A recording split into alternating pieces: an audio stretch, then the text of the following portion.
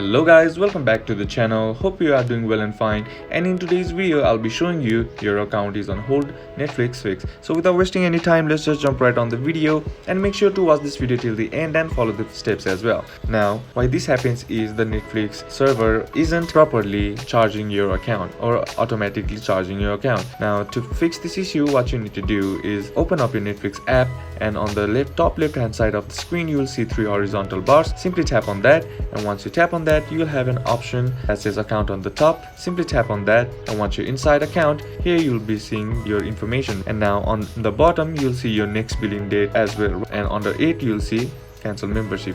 Now in order to fix this issue, all you gotta do is just cancel in the membership and then add it again, because the problem is caused due to the Netflix isn't properly charging your account due to some reason. Now all you gotta do is just cancel in the membership, and then once you're done with that, add it all once again, and then your issue should be fixed. And that's basically how you can do it. And that's it for today's video guys. Hope this video was useful to you. Leave a like if you did, comment down below what the next video should be on, consider subbing to the channel. Thank you for watching. Bye bye.